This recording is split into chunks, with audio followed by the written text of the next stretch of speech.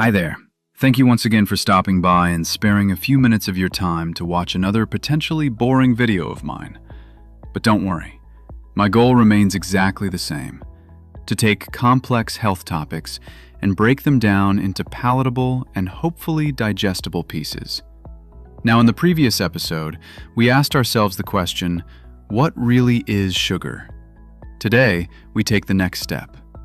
Why do some carbohydrate foods give you energy very quickly, but leave you hungry again soon afterwards, while other foods seem to keep you full for hours? If they're all carbohydrates, why don't they behave the same? Let's find out. First, a quick recap. Remember our beaded necklace from the last episode? Each bead represented a sugar unit. Simple carbohydrates are like very short necklaces. Some are just one bead. Others are only two beads joined together. Complex carbohydrates are different. They're long necklaces, sometimes containing hundreds or even thousands of beads linked together. And that difference turns out to be very important. Because before your body can use those sugar units, it must first break the necklace apart. The longer the necklace, the more work the digestive system has to do. And that affects how quickly glucose enters the bloodstream. Let's zoom in on simple carbohydrates. We now know they are small structures.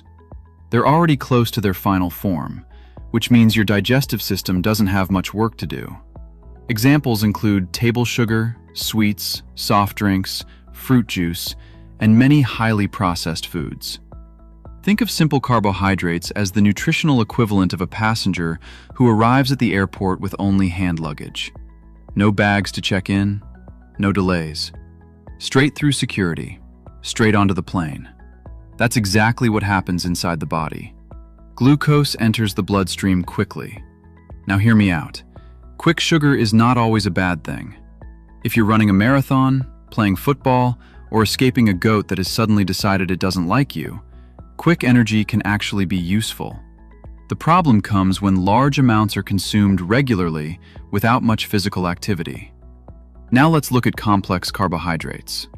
Complex carbohydrates are larger structures, much larger. Remember those long necklaces? That's what we're dealing with here. Examples include beans, sweet potatoes, whole grains, and many traditional high-fiber foods. Because these structures are bigger, the body needs more time to break them down. They pass through the check-in at the airport. As a result, glucose enters the bloodstream more gradually. And that gradual release often means steadier energy, better fullness, and fewer dramatic ups and downs. I always use the lighting a fire analogy to help people understand this even more. If you throw in a piece of paper into the fire, you get a big flame for a few seconds. Then it's gone. But a thick log burns slowly, steadily, for a long time. That's often the difference between simple and complex carbohydrates. One burns fast, the other burns steadily. Now here's where things become a little more interesting, because not all complex carbohydrates stay complex. Many foods are refined during processing. What does refined mean? Imagine taking a maize grain and gradually stripping away some of its outer layers. Those outer layers contain fiber, and fiber is important. Fiber is like check-in luggage. It slows down digestion. When much of that fiber is removed, the digestive system can access the starch much more easily, which means glucose enters the bloodstream faster. This is why straight-run whole maize behaves differently from highly refined maize meal, why brown rice behaves differently from polished white rice, and why whole grain flour behaves differently from white flour. In some cases, a highly processed carbohydrate can start behaving more like a simple carbohydrate, even though technically it began life as a complex carbohydrate.